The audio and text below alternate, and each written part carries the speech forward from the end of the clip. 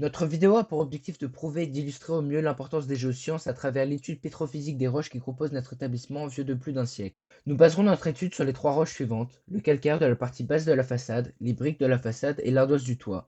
Notre problématique étant, pourquoi avoir utilisé ces roches pour la construction de notre lycée?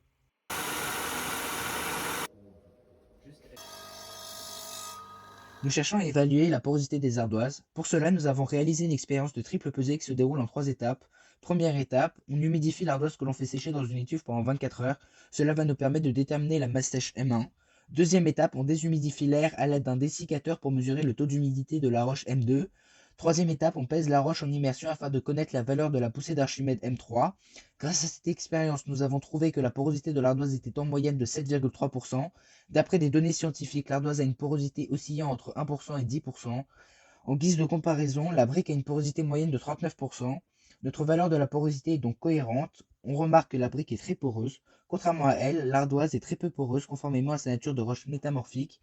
Elle doit donc être hautement perméable, ce qui explique son utilisation, mais il faudrait des mesures de perméabilité pour confirmer cette hypothèse. Dans cette expérience, nous avons mesuré la conductivité thermique de l'ardoise et des briques. Pour cela, nous avons posé des échantillons de taille identique sur une plaque chauffante à 100 degrés. On mesure la température en temps réel grâce à un capteur de température et un programme qui pilote la carte Arduino. Les mesures montrent une différence de 10 degrés. La brique conduit moins la température. On va réaliser une hexao pour déterminer la résistance mécanique des échantillons à la compression et à l'extension.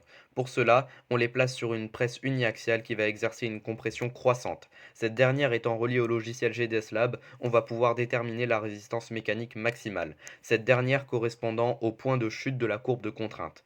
On utilise un support en acier à l'intérieur duquel on place un échantillon cylindrique de calcaire afin de générer une force en extension.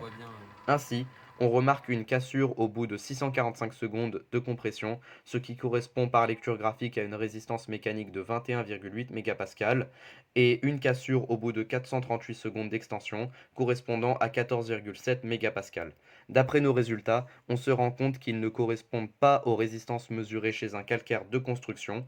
Effectivement, d'après l'étude qui s'affiche à l'écran, la résistance mécanique des calcaires est de 40 mégapascales en moyenne.